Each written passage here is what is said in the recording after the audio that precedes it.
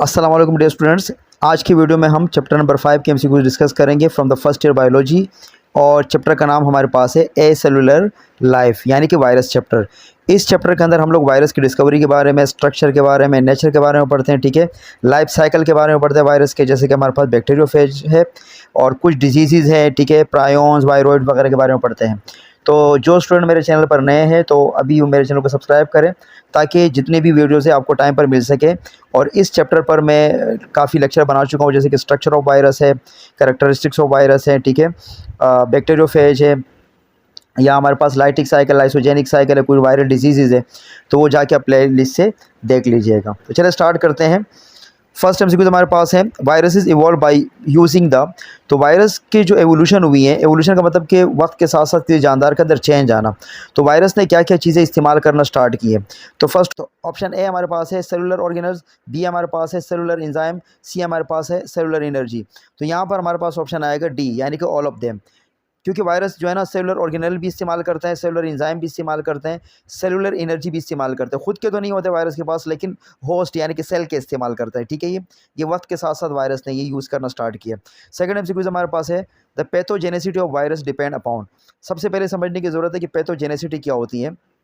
Pathogen वो जानदार होते हैं जो बीमारियाँ कॉज करते हैं। मिसाल के तौर पे प्लाज्मोडियम है, वो मलेरिया कॉज करता है, तो हमारे पास क्या कहलाएगा, पैथोजिन कहलाएगा। ठीक है, और इस प्रोसेस को हम कहते हैं पैथोजेनेसिटी। तो यहाँ पर पूछा गया है कि वायरस की जो पैथोजेनेसिटी है वो किस पे डिपेंड करती हैं। तो यहाँ पर ऑप्शन आएगा बी यानी कि the effective penetration of genome. Genome का मतलब होता है कि जेनेटिक कंस्टिट्यूट, मतलब वायरस के अंदर या सेल के अंदर जो कंप्लीट जेनेटिक कंस्टिट्यूट होता है। जैसे हमारे पास डीएनए होता है, कंप्लीट डीएनए या आरएनए। ठीक है, वायरस के पास तो या डीएनए होता है या आरएनए होता है। तो वायरस की जो पैथोजेनेसिटी है वो किस पे डिपेंड करती है, penetration of genome. Third MCQ हमारे पास है bacteriophage escape from the host cell by the activity.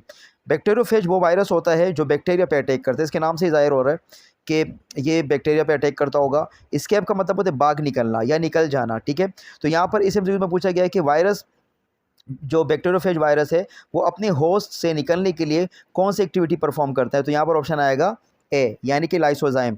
Lysozyme ये इस्तेमाल करता है। लाइसोजाइम एक एंजाइम है। जब वायरस अपना काम पूरा कर लेता है, मतलब जब रेप्लिकेशन कंप्लीट कर लेता है, तो फिर वहाँ पर ये लाइसोजाइम एंजाइम रिलीज़ कर लेता है और इस लाइसोजाइम एंजाइम की मदद से ये सेल वॉल को या सेल मेम्ब्रेन को ब्रेक डाउन कर लेता है और फिर सेल से ये निकल जाता है। ठीक है, तो यहाँ पर ऑप्शन आएगा ए यानी कि लाइसोजाइम। फोर्थ एमसीक्यू हमारे पास है the smaller protein are cut down and form a new virus structure by the process called. इस एमसीक्यू में पूछा गया है कि जो प्रोटीन है, छोटे छोटे प्रोटीन के टुकड़े बन जाते हैं। ठीक है, और वायरस के स्ट्रक्चर बनना स्टार्ट हो जाते हैं। इस प्रोसेस को हम क्या कहते हैं, इस प्रोसेस को हम कहते हैं असेंबली, यानी कि यहाँ पर ऑप्शन आएगा डी। पांचवें एमसीक्यू हमारे पास है virus that severely damage motor neuron and cause paralyse. देखो न्यूरॉन के बहुत सारे टाइप्स होते हैं, जैसे हमारे पास सेंसरी न्यूरॉन है, मोटर न्यूरॉन है, इंटर न्यूरॉन है। और पैरालाइज का मतलब होता है कि अगर बॉडी का कोई पार्ट काम करना छोड़ दें। ठीक है, तो यहाँ पर पूछा गया है कि वो कौन सा वायरस है जो मोटर न्यूरॉन को डैमेज करता है और पैरालाइज कॉज करता है। तो वो वायरस हमारे पास कहलाता है पोलियो वायरस। तो यहाँ पर ऑप्शन आएगा सी। सिक्स एमसीक्यू हमारे पास है protein that cause pathogenicity in the human and animal. तो कौन सा प्रोटीन है जो इंसान में और एनिमल में पैथोजेनेसिटी कॉज करता है। पैथोजेनेसिटी के बारे में पहले बता चुका आपको मैं। तो यहाँ पर ऑप्शन आएगा ए यानी कि प्रायोन्स। सेवंथ एमसीक्यू हमारे पास है smaller than viruses has single strand RNA with some double strand region are called. तो यहाँ पर ऐसा कौन सा स्ट्रक्चर है जो वायरस से छोटा है, जिनके पास सिंगल स्ट्रैंड आरएनए है लेकिन कहीं कहीं से डबल स्ट्रैंड है। ठीक है, तो ये हमारे पास कहलाएगा वायरॉइड यानी कि ऑप्शन बी।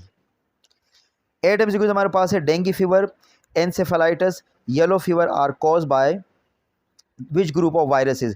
तो तीन बीमारियां हैं, एक है डेंगू फीवर जो बहुत कॉमन डिजीज़ है। ठीक है, और सेकंड हमारे पास है एनसेफेलाइटिस। एनसेफेलाइटिस ब्रेन की डिजीज़ है जिसमें ब्रेन में सूजन हो जाती है। और थर्ड डिजीज़ हमारे पास है येलो फीवर। तो पूछा गया है कि जो तीन बीमारियां हैं ये कौन से वायरस से कॉज होती हैं। तो यहाँ पर ऑप्शन आएगा ए यानी कि एर्बो वायरस। नाइन्थ और लास्ट एमसीक्यू हमारे पास है Aedes mosquito is a vector of. देखो मॉस्किटो के भी टाइप्स है, जैसे हमारे पास एनोफिलिस मॉस्किटो है, एडीज़ है, क्योलिक्स एक मॉस्किटो की टाइप है। तो यहाँ पर ये पूछा गया है कि एडीज़ मॉस्किटो किस वायरस का जो है ना वेक्टर है। सबसे पहले समझने की ज़रूरत है कि वेक्टर क्या होते हैं। देखो वेक्टर वो जानदार होता है जो पैथोजिन को या पैरासाइट को होस्ट की बॉडी में लेके जाता है।